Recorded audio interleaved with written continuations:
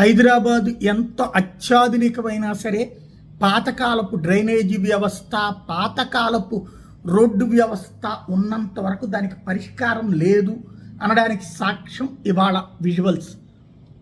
ఓ పక్కన కుండపోత వర్షం కురిసిన ప్రతిసారి వాహనాలు స్ట్రక్ అయిపోవడమే, ఇళ్లలోకి నీళ్ళు వెళ్ళడమే, నానా తిప్పలు పడటమే. సుదీర్ఘకాలం పాటు పరిపాలించింది కాంగ్రెస్ పార్టీ. ఆ తర్వాత సుదీర్ఘకాలం పాటు పరిపాలించింది తెలుగుదేశం పార్టీ. ఆ కాంగ్రెస్ అధికారంలో ఉంది. ఆ తెలుగుదేశం నుండి బయటకు వచ్చిన రేవంత్ రెడ్డి ముఖ్యమంత్రిగా ఉన్నారు.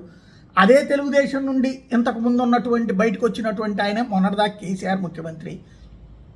ఆంధ్ర పాలకులంటూ బోలెడన్ని ఉపన్యాసాలు ఇచ్చినటువంటి వాళ్ళే వీళ్ళందరూ. వీళ్ళే ఈ 11 ఏళ్లుగా అధికారంలో ఉన్నారు. ఏమైనా మార్చారా అంటే ఇంకొంచెం ఎక్కువ తిప్పలు. నాడు తిప్పల కంటే నేటికి తిప్పలు ఎక్కువ. హైడ్రా రంగంలోకి దిగింది, కార్పొరేషన్ రంగంలోకి దిగింది.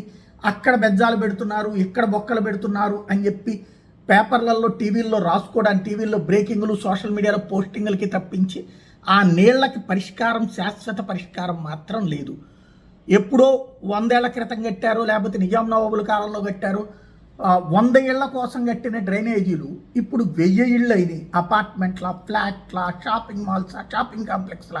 అంటే 100 ఇళ్ల వాళ్ళ డ్రైనేజీ కోసం కట్టిన డ్రైనేజీలు ఇప్పుడు 1000 ఇళ్ళ కిందకి మారితే, కమర్షియల్ కిందకి మారితే నీళ్ళు ఎక్కడికి పోతాయి? ఇంకోటి అండర్ గ్రౌండ్ డ్రైనేజ్ అంటారు. ఆ డ్రైనేజీలోకి నీళ్ళు ఎట్టబోతాయి ఎవరికి అర్థం కాదు. అదేదో బొక్కలు పెట్టున్నాయి అంటారు. ఆ బొక్కలు మట్టి పడగానే పురుగుపోతాయి.